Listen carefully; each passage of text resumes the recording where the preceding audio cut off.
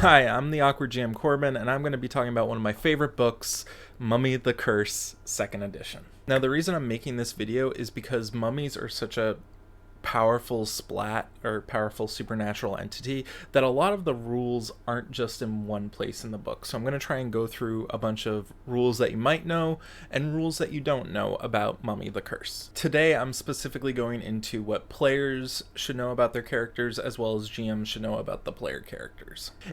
If you didn't watch my previous video on the Onyx Path channel, just be aware that there is a future version of me from a future awakening that is down in the messages below. Say hi, future Corbin. I'm a lot more comfortable with Mummy the Curse, so I don't think there are going to be that many mistakes, but if there are any, please let future Corbin know and blame him for everything. Now, this ability here, Feeling the Flow, is what really wanted me to make this video. It's on page 330 of the rule book, and it's an inherent part of the timeless condition that mummies exist in.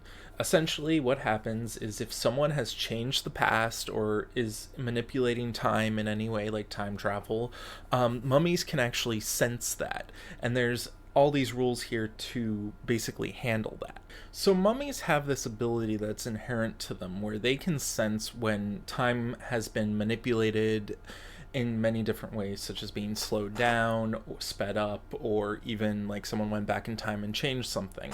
Now, mummies can sense this inherently, but they don't know what's happened. They can't really manipulate it until they use their ability called Feel the Flow, which allows them to effectively manipulate the time stream for their own advantage. So what does this mean mechanically? Well, you're going to take your highest pillar rating plus your lowest pillar rating and create a dice pool from it. So if your highest pillar rating is 5 and your lowest is 1, you add those two numbers together and you get 6. And that's your dice pool to roll, and you see how many successes you get. Now, if you make an exceptional success, that's great, that's the best. You're going to be able to get a timeless condition because you know how to alter the flow of time to benefit yourself. However, if you roll just a normal success, you don't get the timeless condition, but you can spend a point of Sekhem in order to get the timeless condition. One of the timeless conditions. Now, that seems like a big thing to spend Sekhem on, but it can really help out in some situations, especially when you're not sure what's going on. If you fail, nothing really happens differently. You do know, however, that time has been manipulated, but you don't know why. And if you dramatically fail, you don't recognize that time has been changed at all. So here's a quick rundown of the timeless conditions. There's alternative current, which allows the mummy to basically show another person in the scene that they are a mummy and timeless, and it causes that individual, as long as they're able to be affected by Sabaris, to gain the Sabaris condition with no roll required. There's Eddy, where the mummy recognizes that the timeline is moving slower than normal and can act faster in combat to essentially move faster and apply their defense against ranged attacks. That one is very potent, and I think that's probably the one that you're going to want to spend the Sekhem on in order to gain, because it lasts throughout the scene, I think. Now, Mirage is the mummy can gain insight from a defunct timeline in order to understand what may or may not happen in the current scene. So effectively, you can see that, oh, if you do this action, you're going to get this response back. So maybe you don't want to do that. Maybe you want to do something else that has a more beneficial response. Then there is Rip, which is the mummy can use an altered time flow to perform extended actions quicker and more precisely. There's Whirlpool, where the mummy is in a time loop and can spend Sekhem to manipulate the outcome of events. Now that one is very potent. I think you definitely have to discuss things with your storyteller as to how that will work, but I can see big things happening with that. And then there's Deja Vu, where the mummy can use their knowledge of an alternate timeline to basically get 8 again on a single roll. Now that one is potent, but since it's only a single roll, it's not as potent as, say, Eddy or, in my opinion, Whirlpool. Now, why did I need to know about this specific ability myself? Well, I have a home game where I run a bunch of different splats together. There's mages, changelings, deviants, hunters, and of course mummies. And in one of my games, there was a group of players who were trying to get information out of a group of vampires, and some things went bad and they got into a fight. Now, the mage player wanted to use a spell, because they're powerful enough to do this, to basically reset the scene back to the beginning. And I was all for that because I didn't expect them to get into a fight, and I was having trouble managing the scene. The problem I did have, however, was that the mummy player could not be affected by the time travel ability that they were using. One of the inherent strengths of mummy is that they cannot be manipulated by time travel because they are timeless. So what ended up happening was I had to make a ruling on the fly, and I said, okay, the mummy doesn't remember that what happened in the previous event, which seems sad because they're timeless. They shouldn't be affected by time travel, but we couldn't find this rule at the time. Now, if I knew about this rule, I could say, okay, mummy, you know that time travel has occurred. You can roll Feel the Flow in order to figure out what's going on. And if they wanted to, I would probably have given them the deja vu ability, where they can sense that these events have happened before and can sort of get a benefit for knowing that something happened in the past. Or I could give them the Mirage ability, which sort of gives them the common sense merit that they could use. And that would have been a lot better than what I ended up going with at the time. I apologize for the rambling for 2 minutes, but I just want to let you know why I think this ability is really good, especially if you're in a mixed splat game, or if you're a storyteller and you like to use time travel in your games. I just want to thank everyone who made Mummy the Curse 2nd Edition possible. All the people here in the credits section, thank you so much for doing this. Mad props to you. This is one of my favorite books. So if you're a player, this is probably the most important page of the book. It's page 100 of Mummy the Curse 2nd Edition, and this is the quick reference sheet. Now, one of the things my players forgot when they were making their mummy characters was step number 8. And step number 8 basically says spend 10 experience points. Not only are mummies really cool and really powerful, but they also get a leg up in as so far as their starting XP. Another thing you might not have realized is that your character also starts with an additional dot of cult and tomb as far as merits go. One thing I myself actually forgot was that all mummies start with dreams of dead gods as one of their utterances. Currently we're looking at the Usheb decree from Mummy the Curse, and one of the things I want to highlight here is that each decree will give you favored attributes and a defining pillar. Your defining pillar is essentially which pillar should be the highest that you have, and your favorite attributes, you get to choose one of them as your favorite attribute at character creation. So for the Usheb, their defining pillar is Ren, and their favorite attributes are either intelligence or manipulation. One thing you should have as like a post-it note or a quick reference document for is the decree benefits, specifically the regaining pillars and your decree affinity. I really think regaining pillars is probably the most important thing here, just because mummies seem to me to not regain their pillars as frequently as, say, a vampire regains their vitae. If a vampire needs to get vitae, they find a victim and feed from them. Whereas a mummy has many ways to regain their pillars, but they're not as reliable in my opinion, or they're very time consuming. So in the case of the Usheb, their main way of regaining pillar points is by uncovering an unknown historical truth or proving the mind's superiority over the heart and the body. Or they can also regain all of their Ren pillar points by going out of their way to learn additional information about their true purpose.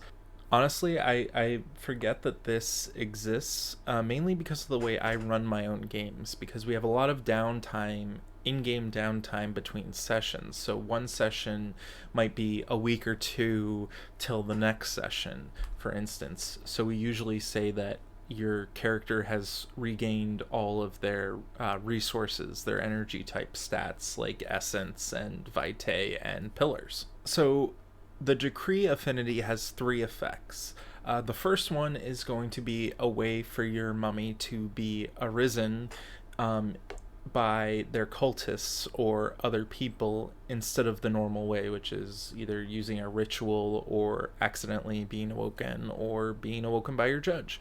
Now, for instance, for the Usheb, the affinity serpent's tongue allows them to be awoken if someone trying to wake them up sacrifices a significant memory to summon them. So instead of being awoken by a judge or by some sort of ritual by their cultists, this person can sacrifice a memory and awaken the Usheb. I would even probably say the Usheb knows what that memory is.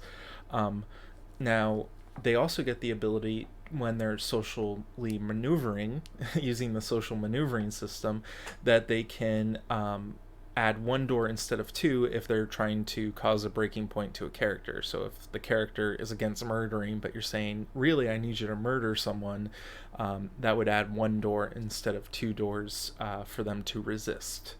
And then additionally, if the serpent, the Usheb, improves their impression during a social maneuvering, they'll gain the informed condition regarding that character. So these are pretty minor abilities, but I actually like them in the way that an Usheb is, because Ushebs are snakes. Literally, they have a snake head, technically, like that's... So for the Usheb, they're known as serpent heads, which originally didn't really mean much. It just meant that they were they were akin to a snake. But in when one of the artists apparently got the job to make these character art pieces, they decided that, okay, all the mummies have weird animal heads, so we'll roll with it. And honestly, I really like that change. It's just something that sort of came out during development, I think, and I really like the idea. I even think one of the developers or designers has a Patreon where they've created rules for having serpent heads. In any case, though, the Usheb literally, well, metaphorically as well, are snakes. They're really good at getting information. They're kind of cunning individuals, so it makes sense that they would get these bonuses with their affinity decree for social maneuvering.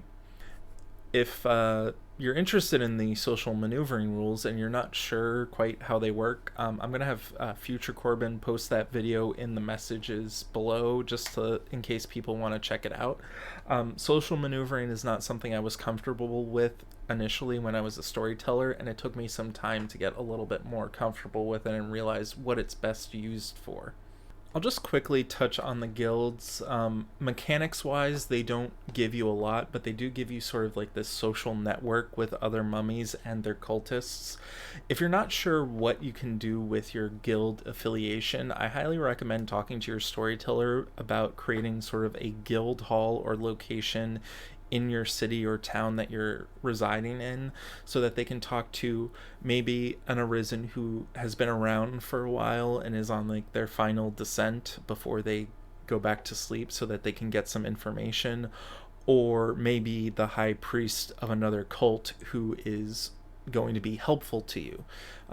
Now, mummies do have their own cults, but sometimes talking to other guildmates might be helpful in order to get a better handle on the situation that they've been thrown into. Mechanics wise, guilds really only give you access to guild affinities and guild vessels / relics. And what I mean by guild vessels / relics, what I mean is if a mummy uses a guild relic, that curse that's associated with that relic, which is sort of like their downside for using it, that downside doesn't happen to someone who's part of that guild.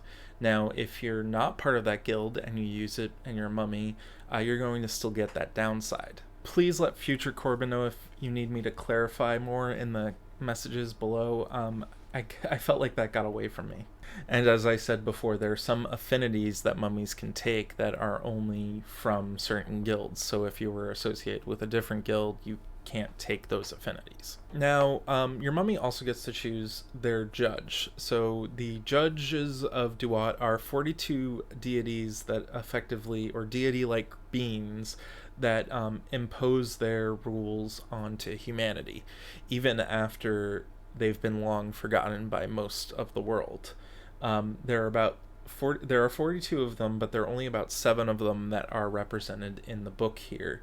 And what I'll say about that is effectively, like, yes, there are these judges, but they don't really have a mechanical benefit except for the fact that your mummy can kill an enemy of the judge in the name of that judge and get a reset on their descent. What's a reset? A reset basically is so mummies start with Sekhem 10, and as time progresses, they go from Sekhem 10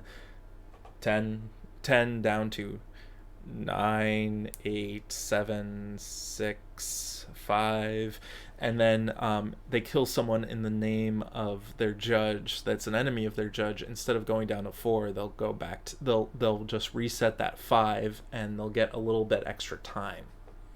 It's very potent, and one of the first times I played Mummy, I was at like Sekhem 9 or something like that, and went up against an immortal being and killed them in the name of the first judge, Ushek Nemtet, and whose favorite enemy is the immortals. And because I killed that immortal, I got to stay in Sekhem 9 for another scene, which was awesome. One homebrew I really want to see is affinities specifically for each judge. It's a lot to do, especially if you're doing 42 of them, which is kind of crazy, but honestly it sounds like something that would be fun. Let's talk about affinities for just a second here. So affinities, when you're starting as a new character, you get 1 decree affinity, which I've already covered. You get 1 guild affinity, which I mentioned earlier, and then you get a soul affinity from your defining pillar, and 1 soul affinity that you qualify for, basically that you meet the prerequisites for taking. So in all, you should have 4 affinities. And 2 of which are going to be soul affinities, and the other 2, one's going to be from your guild and one's going to be from your decree. You don't choose your decree affinity. You do choose your decree, but you only get access to 1 affinity from it. There's no choosing really once you choose your decree. And your guild affinity gives you access to about 3, I think, affinities that you can choose from. Incidentally, I got some of this artwork from Storyteller's Vault through the art pack of Mummy the Cursed first edition. Sadly, I couldn't find a second edition one at the moment, but hey guys, please put one up. So affinities usually have 1 passive effect and an effect that gets activated through willpower. This isn't true to every single affinity. Some affinities only have, if you spend willpower, it doesn't affect, and other ones don't even have that. They just have, this effect is always on. Now, a good example of both of these effects in 1 affinity is the Godsight affinity here, where you get to add your Ren rating to your occult rolls, and then you immediately reveal the Sekhem rating of any Arisen, Endless, or Judge avatar in sight. However, if you spend a willpower point, you also get the ability to perceive supernatural beings and effects for the remainder of the scene, and you get to add your Ren rating to your Clash of Wills dice pool to penetrate supernatural concealment, illusion, misdirection. Now, this is basically, if you wanted to write your own affinities, that's what you would do. You'd have a passive effect and a willpower effect, and if either one is too powerful, that's probably just the entire affinity itself, because you don't want to have too much of a good thing in just 1 ability. I say this like I'm one of the game designers of the book. I did not do any game design on this book. In fact, I probably should go back in time and show the credits page of this book, just because I love showing the credits pages of these books. So now we get on to utterances, and I want to give a shout out to one of the player characters in my campaign, Visions, who is constantly trying to hit things with giant meteorites. But utterances, if you're playing Mummy, you get 2 utterances plus a Dreams of Dead Gods utterance. So you'll have 3 utterances in total. There are sort of requirements for taking utterances in regards to how your pillar points are spec'd out, but what I really want to focus on right here is how much it costs to cast one of these utterances. Specifically, if you're trying to cast tier 1 of an utterance, you just have to spend 1 pillar point of any type to get that effect. Now, if you're going for 2 or 3, it is going to cost you 1 pillar point of any type plus a pillar point of any type that is specified in the utterance. I'll go into that in a little bit more details when I show you one of the other utterances. There are 4 keywords that you need to be aware of when you use utterances. The first one's going to be curse, which means when your character dies, you can use that utterance as a death curse on the person that killed you. It is reflexive and it costs no pillar points, but otherwise follows the same rules for unleashing. Epic means essentially that the mummy's true form is shown for the remainder of the scene, and it also means that anyone can succeed at a wits plus occult plus Sechem to identify the target and effect of the utterance. So if you're using something like Blessings of the God King and you turn into an avatar of yourself to kill your enemies, that's pretty epic, and people are going to be able to tell where you are just because it's emanating Sechem all over the place. It's basically like a giant beacon. If I were to compare it to Demon the Descent, it's the equivalent of going loud. Potency is something I need to keep more in mind of. You subtract the potency from any benefits conferred by supernatural resistance.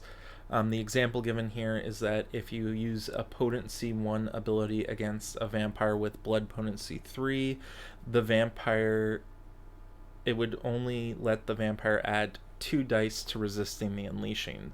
So if that potency ability was at, say, 3 and the blood potency of the vampire was 1, they couldn't add any dice to resisting the unleashing. If you know of an example to better illustrate this, please let me know. It's something that I'm trying to wrap my head around. Future Corbin will be in the messages to get this information for me. And then there is the subtle keyword. The subtle keyword, so when you use utterances, your Sahu, your true form, is going to be revealed, and it's going to cause Sabaris to anyone who can see you. But if a ability has the subtle keyword, what that means is essentially your mummy Sahu is not going to appear, and people aren't at risk of getting Sabaris. So let's take Dreams of Dead Gods here. What I didn't talk about before was the requirements for using utterances, and I just looked back at the rules, and what it says here is that you can use each tier of the utterance even if you don't have that pillar. The only thing is you can't use the additional effect that is towards the bottom here. So for instance, Dreams of Dead Gods tier 1, you can use this first part of it, no problem, but if you wanted to use this additional Ba effect, where if you have a Ba pillar rating of 1 or higher, you can cause the Dead Dreamer condition to gain 2 additional blessed actions per chapter. You wouldn't be able to use that if you didn't have a Ba pillar of 1 or better. So you can take utterances without meeting this requirement. It's just going to cause some issues there. Additionally, we can see here at Ba 1, you can use it as a curse. It actually has here at the bottom a description saying, when unleashed as a death curse, the mummy bestows the task that the dream of dead gods bestows onto the killer. Just to give you a bit of a rundown of the effect, when you use Dreams of Dead Gods, you afflict dreamers with the Dead Dreamer condition, and each time they slumber, they have nightmares of Duat, horrifying things and whatnot, and they're compelled to do to complete a task that the mummy wants to be completed. So a mummy could say, I need to have a house built for me, and suddenly all these people in town are going to have visions of the mummy and will start building a house for the mummy. This is an ability that is used specifically to help mummies build up their cults again if their cults have been destroyed. It's also a very interesting ability to get stuff done. So additionally, we have here for tier 2, you have Ka2, which means if you have Ka2, you can use the additional effect at the tier 2 level. It can still be used as a curse, and it has potency 2, which I'm going to stop for a second and try and figure out how to use potency again. Before we go on any further, I just want to plug the Realms of Pugmire tabletop RPG that is on Kickstarters. It's the 2nd edition, and it is already at the goal of 30,000. It is currently getting up close to its 2nd stretch goal, if I go all the way down here. The first stretch goal of getting a red Bubble Baker t-shirt has been achieved, and the next one is going to be a guide screen. So keep an eye out for that. Please support if you're interested. Thank you so much. And back to the beginner's guide. Okay, I think what I get here is that potency subtracts from the resistance roll that the target makes. So cut back to Dreams of Dead Gods. Okay, so at the tier 2 level, Dreams of Dead Gods is manipulation plus Ka plus Sakem versus resolve plus Sakem. So if we're going up against a mage who has a gnosis of, let's say, 3, gnosis 3, their resolve is 2, so they add their resolve plus gnosis, which if their resolve's 2, it would be 5, and then we subtract the potency from that roll. So going back up here, potency 2, their dice pool is currently 5. They're going to go down to a dice pool of 3. Correct me if I'm wrong. I think that's how that works. And the last part of the tier 3 one is we can see that if you have at the tier 3 level, it is a subtle utterance. So your Sahu will not be shown when you do this. Note, I do see in here that this, it says here, if unleashed during a death cycle or in Hanet, the mummy pays the cost immediately upon arising. I didn't realize that you can actually use utterances when you're dead, or when you're in Duat, or in not alive, basically, which kind of adds an interesting wrinkle into how they work. So I don't know if this is true of all of them, but it's definitely one thing to consider. Maybe your cultists need some extra oomph, and so instead of awakening the mummy, they send their prayers to the mummy, and the mummy uses some sort of utterance from beyond the grave to boost their abilities and stuff. So you sort of have this miracles from on high effect that could happen, which is pretty cool if that's what I'm reading into this as the rules are. Anyway, I'm rambling. I'm in the weeds. So pillar points were something that I had a very hard time grappling with initially, because I didn't understand that they were. I didn't understand exactly what they were. They're broken down into 5 categories: Ab, Bab, Ka, Ren, Shoot, and each one of those corresponds to heart, spirit, essence, name, and shadow, but essence not in the same way as essence would be for ghosts or spirits. But it does behave similarly. In case you didn't know, pillar points are the resource that you spend for a lot of your abilities, like utterances, and sometimes you'll invest them into cultists or a number of other things that I'll get into. But effectively what you have are, instead of just having essence, vitae, mana just as like one pool, instead what you have are 5 separate ones. You have 1 to 5 in each of these 5 separate ones. So what I mean is, at character creation, you're going to have 9 dots across the pillars. Essentially, effectively, if you put a lot of experience into your pillars, though, you can have more than that. You can have, effectively, instead of being like a vampire who starts off with like 10 vitae that they can hold in their system at one time, you could have even more.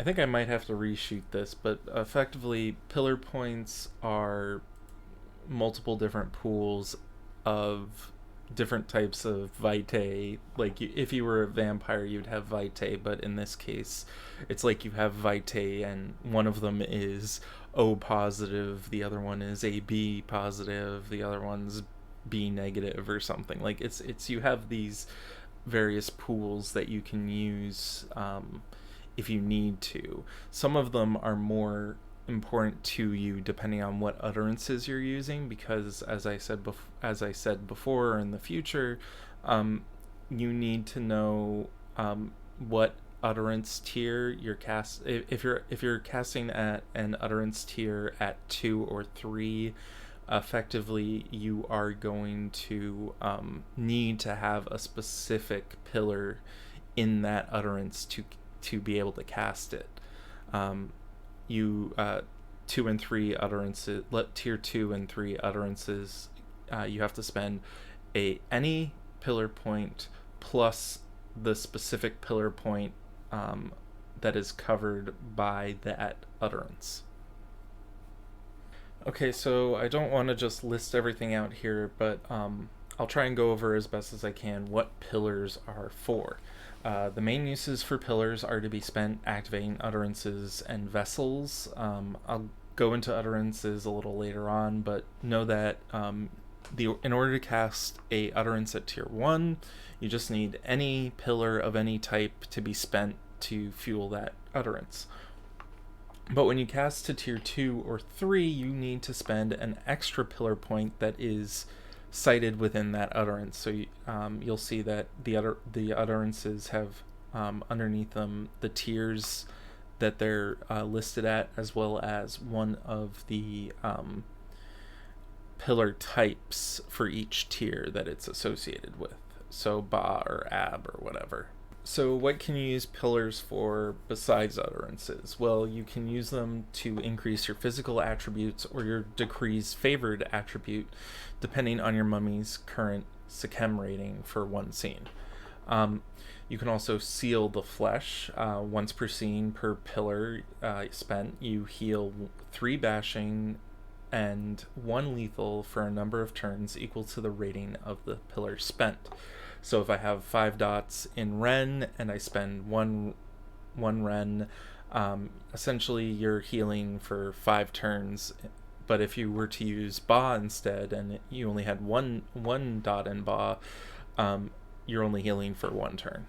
So also, if you're using it to seal the flesh, you can't die while you're still healing, even if you take more damage and that damage can't be healed. You won't die. I think this might even come into play if you're full of aggravated wounds as well. Your body can't heal aggravated with this ability, so effectively you are still alive, but at the end of the effect you're gonna just die. Also, anytime you spend a pillar point, your mummy's true form, also known as their Sahu, is going to be displayed for a number of turns equal to the pillar being spent, the rating of the pillar being spent. So again, if I have 5 dots in Ren and I spend 1 Ren, that means for 5 turns I'm going to be appearing in my true form. If I do it with Ba instead, I'm only showing for 1 turn because I only have 1 in my Ba rating. Additionally, anytime you see mummy's true form and you're immortal, you're going to be getting Sabaris condition. Or I don't know.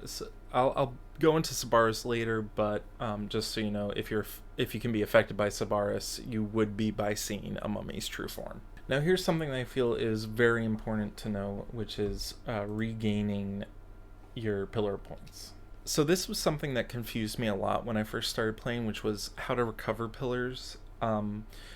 So there's the pillar rating and then the number of pillar points that are in there. Your pillar rating is basically the maximum number of pillar points you can have at any one time. So if I have a rating of 5 in my Ren, that means I can have 5 Ren pillar points on my character. If I spend a pillar point, it goes down to 4, but the rating is still at 5, so keep that in mind. That being said, how do you recover pillar points? Well, your mummy is going to have 2 methods to regain pillar points based on their decree. They can also invest their pillar points into cultists, which means that cultist technically has one of your pillar points in them. And technically, you can have about up to 100 cultists with pillar points running around, and you can just be like, oh man, I don't have any pillar points right now. Well, Greg doesn't need any pillar points right now. I'll just take Greg's.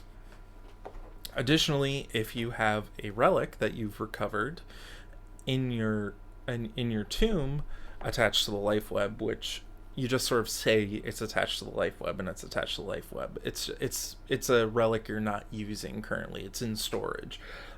So when it's stored in your tomb, you get your tomb's geometry and pillar points at the start of the next of a chapter, and I believe chapters are equivalent to 2 sessions. Meditation is what I thought might be the main source for pillar points. Once per chapter, you can meditate for a bit and roll your memory as a dice pool, and each success is +1 pillar point. However, you can't use willpower to do it, and if you do it in your tomb, you can add your geometry rating of your tomb to the dice pool. That being said, if you're rolling like 5 dice, you're probably only going to succeed on 1 or 2 of those rolls, and it's not a really reliable way of getting pillar points back. A more reliable way is having a relic in your tomb, or using your decree's way of regaining pillar points. Oh, and of course you can cannibalize vestiges, which will provide a pillar point per dot of the vestige. I think that one might be a breaking point. I'm going to double check. Quickly, I'm going to plug Changeling the Lost one-shot that's going to be on Sunday at 1 p.m. EST with Liam Conway of the Twilight Network. Please check it out. So I did double check, and it appears that if you cannibalize relics, that's a breaking point. Well, not a breaking point, but it's a descent roll, so you're likely to lose Sekem for doing that. But if you cannibalize vessels, which are sort of like the lesser form of a relic, they're more common, you're fine. You don't have to worry about losing, getting your judge mad at you for destroying a relic or anything. So I've been talking about Sekem a lot. Sekem is essentially the power stat for mummies. Unlike other splats like vampires that start at like blood potency 1, mummies start at Sekem 10 typically. They can sometimes start between, I think it's Sekem 7 to 10, depending on how they're awoken. What does Sekem do? Sekem is their supernatural tolerance for the mummy. So if you ever have a clash of wills, the mummy is going to roll Sekem as their clash dice pool.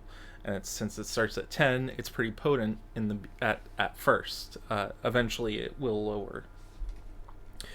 Additionally, Sekem means it determines how your mummy appears.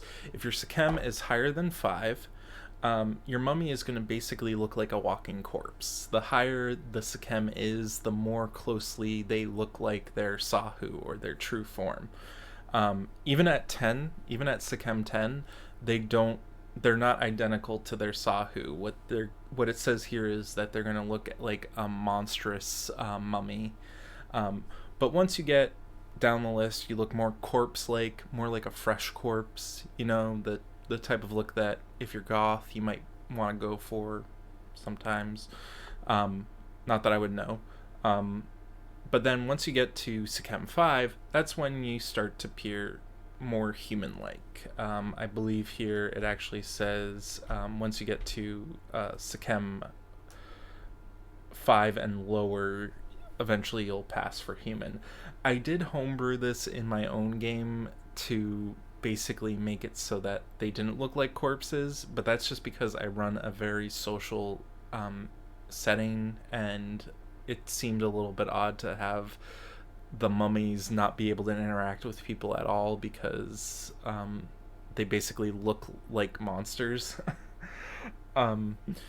So once we get from that, your Sechem is your dice pool when you make descent rolls, and descent rolls are when your mummy essentially starts losing Sechem, and it happens after a certain period of time that's dependent on what level of Sechem they're at. At Sechem 10, they have to make their descent roll at the end of the scene. Once you're further down the list, though, that descent roll might not be for like a few months to even a year. Sechems also determine how many pillar points you can spend per turn, just like blood potency and mana, which also have that. So you usually see like a 10/1, and that would tell you how much vitae or mana you could use. Mummy, however, it just has it out as its own number separate, because you don't lose pillar points, unlike blood potency, where you start off at 10 and then you can, once you increase it, you go from 10 to 11 to 12 or whatever the degree is. Pillar points don't get lowered just because your Sechem lowered. However, the amount you can use in a turn does.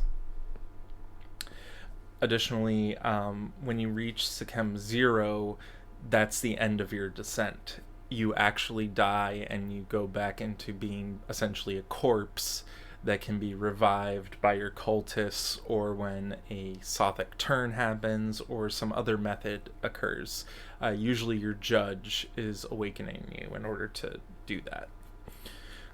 Sechem also determines the maximum rating of utterances that you can use. If I go here, yes, it's once you get to Sechem rating 4, you can't use a utterance that requires a pillar rating of 5 anymore, because you're now not powerful enough to use those utterances. One thing that most Chronicles of Darkness characters have is, if their power rating is above 5, they can have their attributes above 5.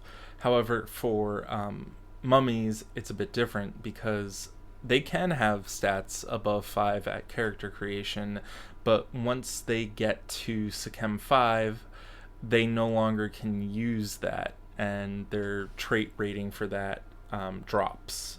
So you start a character off at an attribute level of 6 for their dexterity or something, and then you drop to Sechem 5.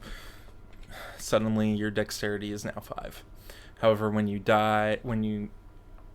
return at your next awakening, you regain access to that attribute dot. Sechem also tells you how big of a boost you get when you increase your attributes with a pillar point.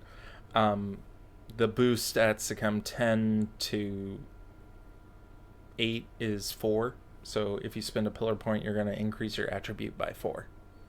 But once you get down to like the lower levels, so like once you get to Sechem 3, you're going to have only 2. When you spend a pillar point, your attribute will only go up by 2. So mummies have an ability called Kempfer, and they can use their Sechem as part of the roll. Basically, Kempfer is them detecting spikes of Sechem Um, it's often used to track down vestiges, such as relics and vessels.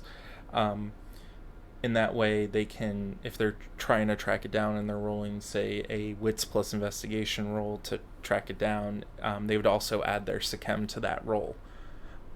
They can also, because of Sechem, it doesn't add anything to a dice roll or anything, but ephemeral entities cannot possess mummies. Any attempt to use the possess manifestation on a mummy automatically fails. You can sacrifice your Sechem, 1 dot of Sechem, to refresh all your willpower points. You can sacrifice a dot of Sechem to fully heal all damage, including aggravated damage, which is a very rare thing for characters to have. Also, if you die with a Sechem rating higher than 10, you can either resurrect inside your Sahu, your body, or one of your canopic jars, because mummies have their organs removed, so there are 4 canopic jars to each of your bodies that you're in, so you only have 1 active body, so you can only go to the canopic jars of organs that are related to that body. Or you can resurrect inside one of your invested cultists, which I have threatened to one of my players a couple of times, because I'm like, you know what, I like your character a lot, maybe I'll just decide to resurrect into your body instead. And I just do it half, like, jokingly. I'm never actually going to do it because I don't want to take away that player's agency, but they use my pillar points to be invested, so hey, something that could happen. Additionally, mummies appear both as alive and dead for supernatural senses, so if you're only looking to see if a mummy is alive, they're going to show up as alive, but if you're only looking at them to see if they're dead, they're going to show up as dead. However, if you're looking to see if they're alive or dead, they're going to show up as both. Additionally, similar to demons, mummies have complete control over their physiology, so they can act, and I think even more specifically, they can deactivate and activate biological functions, which is pretty interesting. I don't know if they can give themselves a heartbeat, though, because technically they don't have a heart. Wait a minute. Mummies don't have hearts. They're heartless. They're like the Heartless from Kingdom Hearts. Oh, sorry. I mean, they're like the nobodies in Kingdom Hearts, because nobodies don't have hearts, and heartless don't have bodies. This is your daily dose of Kingdom Hearts lore that you didn't even want to remember. I'm going to quickly cover memory. Memory is used as a sort of similar to an integrity stat, like say humanity or wisdom for mages. Now, memory is used as a dice pool several times during the game for pillar recovery, as I've said before, and during death cycles. Death cycle is when your character dies, but they still have Sechem. They need to roll their memories to see if they can find Ampu, also known as Anubis. If they succeed, they just lose a dot of Sechem and then resurrect. If they exceptionally succeed, they resurrect immediately, but they have to roll a descent roll instead to see if they actually lower in Sechem. If you do fail, you lose a dot of Sechem, and you also then roll a descent roll, so you even risk losing more Sechem. If you dramatically fail, you lose 2 dots of Sechem. I think the only way you could actually dramatically fail this roll is if you choose to fail it to dramatically fail when you fail the roll instead. Or if you were at Sechem 0 because you were autonomous, which means you weren't in control of your actions, and we're at like Sechem 10. It would basically be the first scene that you awoke during. While memory can help you find Anubis more quickly, it can also increase the amount of time it takes for you to resurrect. For instance, at the lowest amount of memory, like from 0 to 3, you're resurrecting instantaneously. But you don't know much about your life. You just sort of have a basic understanding of who you are. But when you have like your full identity at the memory ratings of like 8, 9, 10, it's going to take a couple of hours, maybe even 3 hours at max for you to resurrect. So if you die during combat, your allies are going to have to wait after combat probably to make sure that you're still around and kicking. Memory is a lot more complicated than I thought as far as integrity stats go, or integrity equivalents go. Basically, there are breaking points for if you reject who you were in your past, which basically is a memory breaking point.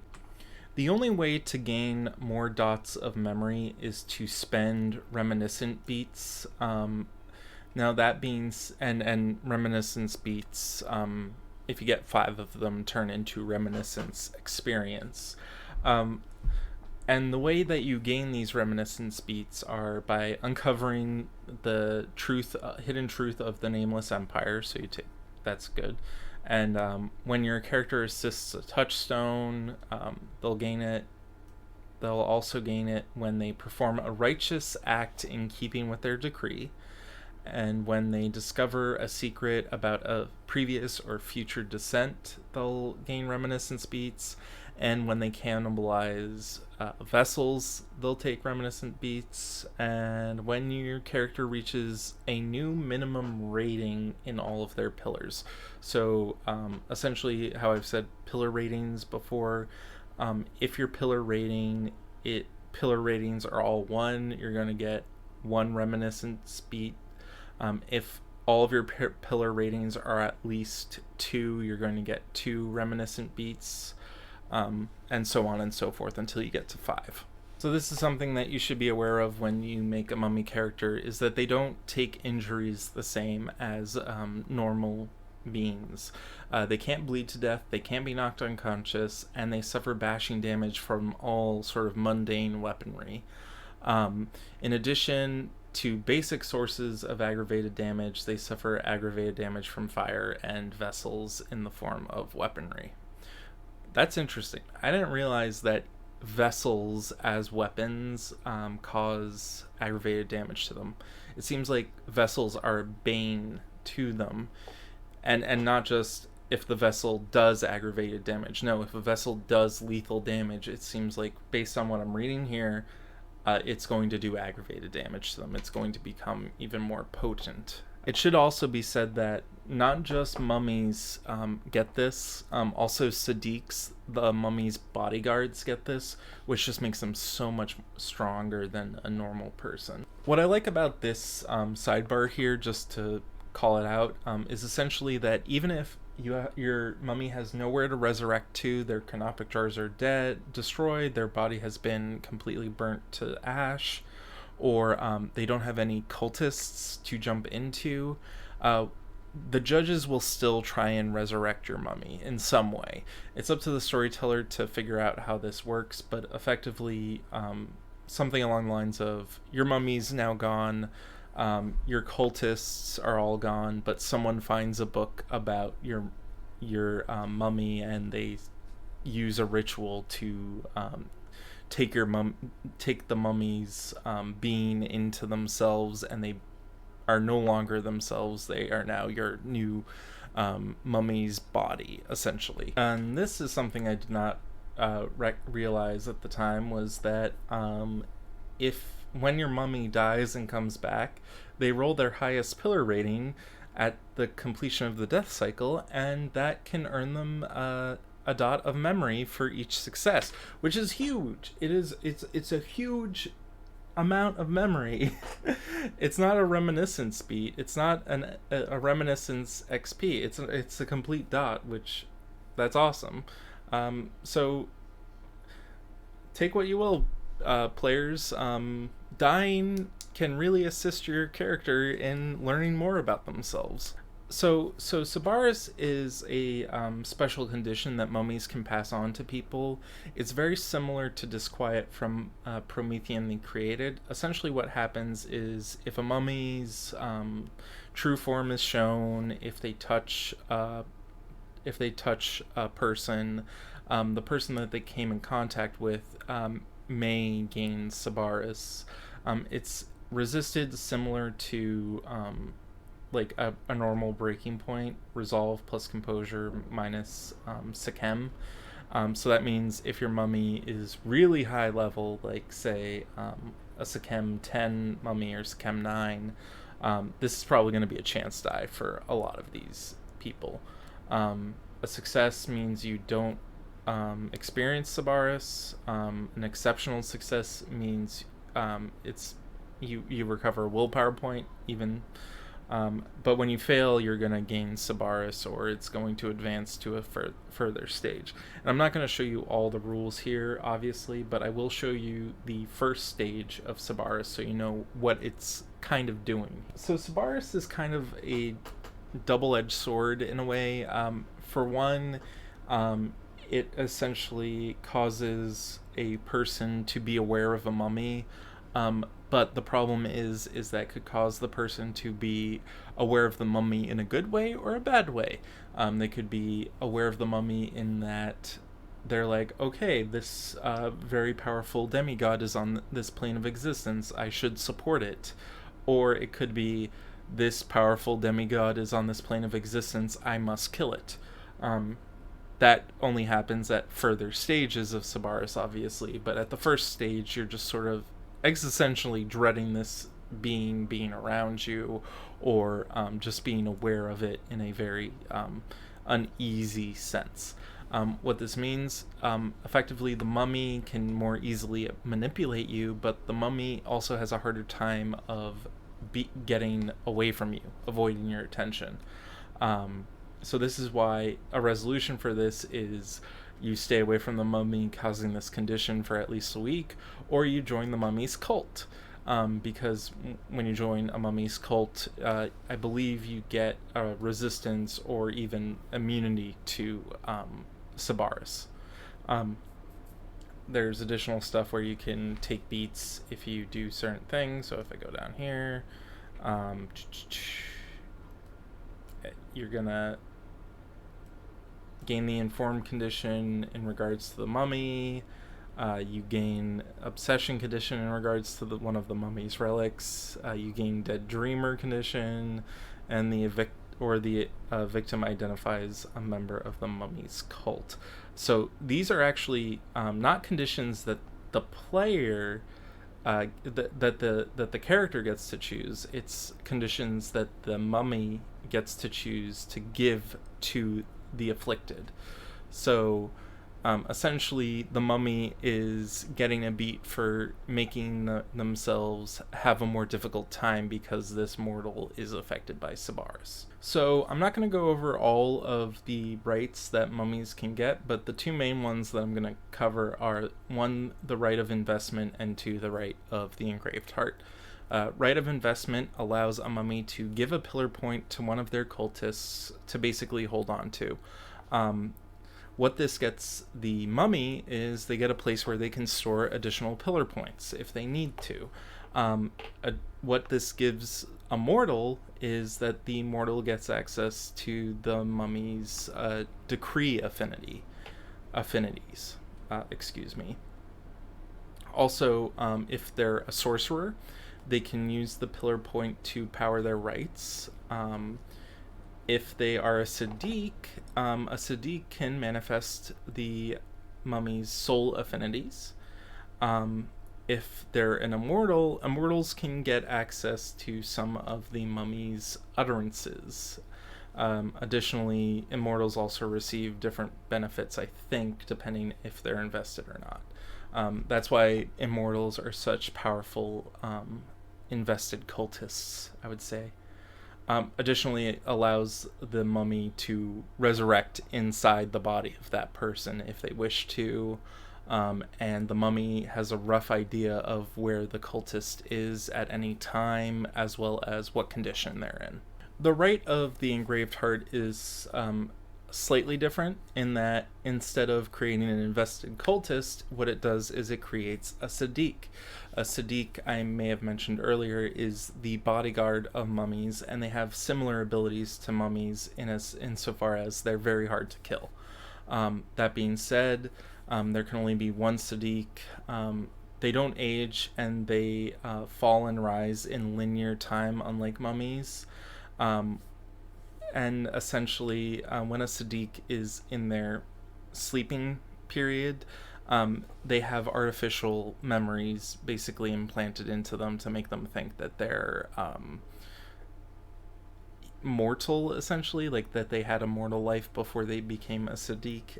That way, that they're more integrated into the time period that they awaken to, and they're not just some sort of backward, like prehistoric entity. They know how cars work, essentially. Um, they can also stay up for a little bit of time afterwards, and depending on the pillar rating that a mummy has, they can get additional abilities. Sadiqs are really good, and I highly suggest if you're a Arisen character, a mummy character, that you have a Sadiq. Not only are they great retainers to have, but also they can be very interesting touchstones because some of those Sadiqs actually existed during the Rite of Return and were created alongside you as a mummy.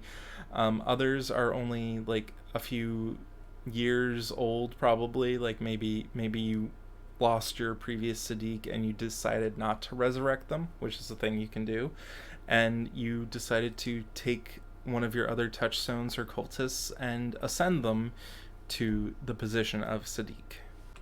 So this is an interesting thing about Arisen that I didn't realize until this book, is that not only do they have the sanctity of merits, but they also have the sanctity of experience, which essentially means when a mummy reawakens in another century or so, the player can reshuffle the mummy's stats. So, for instance, if you wanted strength 5 instead of dexterity 5, you could reshuffle your stats to account for that. And you can also do this at the end of extended flashbacks or flash forwards, in order for you to play a character that has changed over time, essentially, or has experienced a different change when they went through their descents, essentially. If you go back to the present, or whatever is considered the present for the session, or for the campaign, your character will revert back to what they were previously. But it's an interesting way of doing things. So, for instance, say you want your players to experience a memory together. And so when one of the players increases their memory and they learn that they were alive during or around during the Revolutionary War, the American Revolutionary War, that now we have an entire like story arc set in the Revolutionary War for the players to figure out what exactly happened. And now that player says, okay, there's going to be, the firearms aren't as good as I want as they are in modern day. I'm going to reshuffle my skills so that instead of being really good at firearms, I'm really good at swords. And that makes sense in Mummy because they can actually do that. There's an accountability for this. I think there's even a thing in one of the sections prior to this. I have the PDF open, but I don't want to show it to you because it's just a huge list of things. But I think earlier on it does talk about how the pillar points, the pillar ratings are initially decided on by the judges based on like weighing your soul, kind of weighing your heart and all these different parts of your body. And they can change between descents depending on how the judges reevaluate you. And I feel like this is a very similar idea where your character might change between descents because the judges have a particular mission designed for them, and the mummy can't the mummy wouldn't be beneficial to them if it didn't have this certain set of skills. Like having computer skills in prehistoric times might not be useful. Other times, though, maybe it is, and the judge gives them to you, and then your mummy is creating these, like, the Baghdad battery or what have you. There's even a shout out in one of the sidebars earlier where they say that anything that looks like a calculator but in stone might be a mummy that's trying to recreate technology in the past.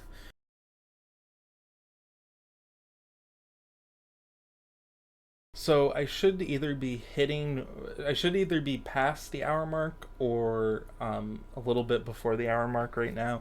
I'm not going to go into tombs. I'm not going to go into vessels. I'm not going to go into cults because those are a lot of things. I am going to try and go through a few other things in the sidebars here. And if anything pops out to me, I'm just going to roll it off, throw it into the video. So if you're interested, Onyx Path does run a game night on the last Friday of every month. In order to get to it, you go to theonyxpath.com, and then you can scroll down here, and on the right you'll see the Discord icon, and you can click there, and that's where it'll be held. So this is interesting. There is a rule, or a sidebar rather, here called Grand Theft Sahu for if a body thief jumps into a mummy. Effectively, it's very complicated. I'm not going to be able to cover it all, but mummies are usually immune to possession, but body thieves are an exception. Body thieves can usually steal bodies of supernatural creatures for about a day before they get kicked out. But for mummies in particular, they can eat vessels or sacrifice invested cultists to extend this time by a day. Mummies themselves, when they become possessed this way, can actually resurrect inside a body of another invested cultist or a nearby corpse, but they're gonna be find that they're not able to access some of their abilities, and they're gonna suffer a few conditions as well, negative conditions. It's pretty interesting. You should know this. One of the things I like about Mummy is that it can be non-linear, which means that you can go from 2023 all the way back to, say, the 1800s, then the 1920s, then the 1700s, and it doesn't have to go in this linear fashion of, okay, well, we just did a Revolutionary War session, so we're gonna now jump to World War I or something like that, but we're gonna skip the Civil War because we don't want to do it for whatever reason. You don't have that. You can basically go through whatever time period, and the Dark Eras books have a lot of time periods that you can use. Additionally, if you want, you can create your own time periods that are sort of like alternate history or historical fiction, where the events that played out in actual history played out differently. Like, for instance, what if steampunk technology was invented in the late 1800s, and it was because an Arisen cult created it, and now you have to your judge wants you, if it's like a judge of the cosmic nature of reality and all that stuff, they want you to stop this steampunk technology from ever being like propagated throughout the world, because if it did, it would drastically change like causality and how the universe actually is. Something to think about. So the monstrous cultist sidebar here is one that I think every splat should probably have. A lot of splats early on in Chronicles of Darkness, like Demon the Descent, don't really mention this, at least not from when I read that book. But basically the idea is, if you're playing another game line like Mummy, and you want to and a player wants to bring in another type of character, like say a demon or a vampire or a werewolf or something, feel free to allow them to do so. And I really like that idea. I like the idea that if you're a vampire, you can be part of a werewolf pack. I like the idea that if you're a mummy, you could be part of a vampire's coterie or something like that, and having like these specific group merits that are shared as a part of being this group. Mummy itself calls it out, but I feel like if you play any Chronicles of Darkness game, you can definitely do this. This is something that you might not have known, but when a mummy is killed, they gain the disembodied condition, and they exist in Neter Keretet, which is essentially mummy twilight. Um, Now, this is something I didn't know about, and honestly, whenever I think about a mummy dying, I feel like they go to Duat, but I guess they really go to Neter Kertet.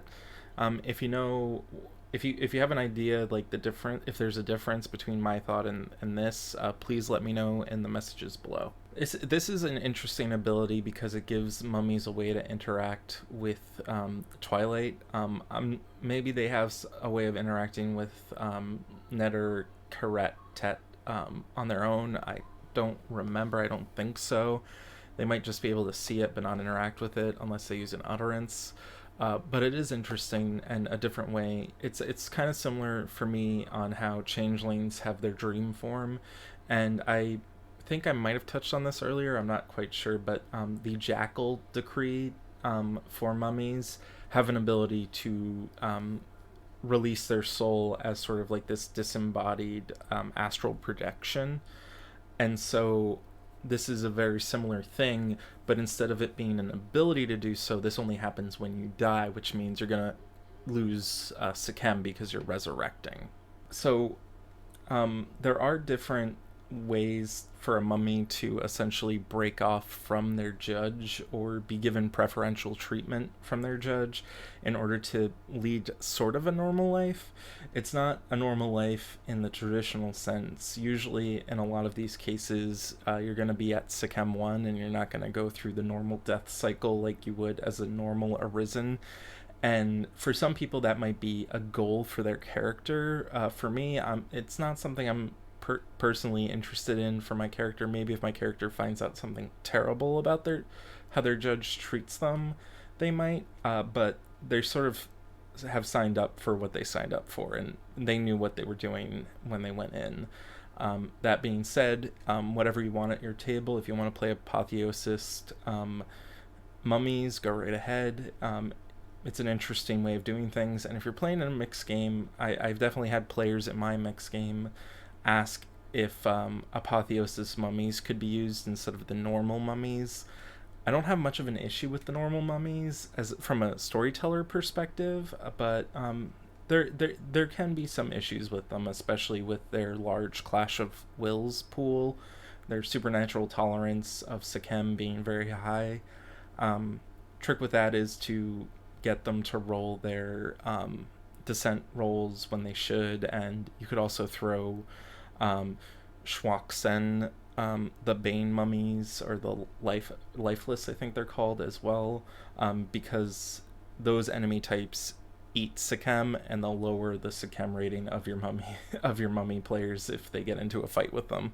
For this section here, I just want to give a shout out to any other storytellers who run mixed splat games and for some reason have a mummy and a mage in the same game.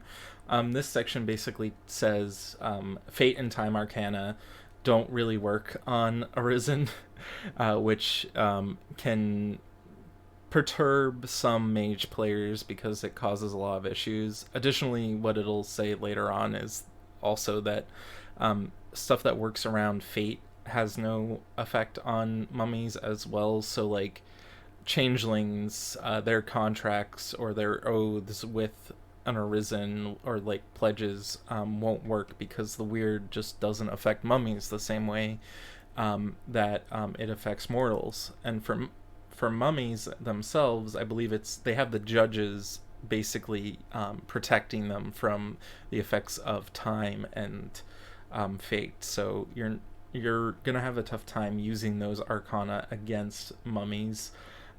You might be able to use them around mummies, like instead of trying to target a mummy with something that ages them to do damage or something like that. You use time travel to basically summon a object above them and have it fall on their head or something. That could trigger feeling the flow or something, but it's definitely a thing to think about if you're fighting a mummy as a mage. Now, I want to just say thank you so much for watching this video with me. Mummy the Curse is one of my favorite game lines in Chronicles of Darkness. I think it's right up there with like Werewolf the Forsaken and Demon the Descent for me. Um, that being said, if you ever get a chance to play Mummy, I hope this video is helpful to you.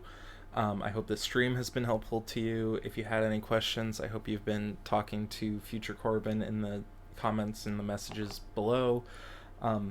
If you're a storyteller and you're trying to run Mummy, this book is just amazing. Even if you're a storyteller who doesn't want to run Mummy but just wants some interesting antagonists, Mummy the Curse has immortals, sorcerers, rules for cultists. They've got the blood bathers, the body thieves, the Shroxen, Amkata, which are basically sort of like Sphinx type spirits made from Sikhem, which is so much fun to use. I use them a lot, and even use them for characters that aren't Amkata. Like, the rules are just so cool, so interesting, and they add a variety to the game that I really like.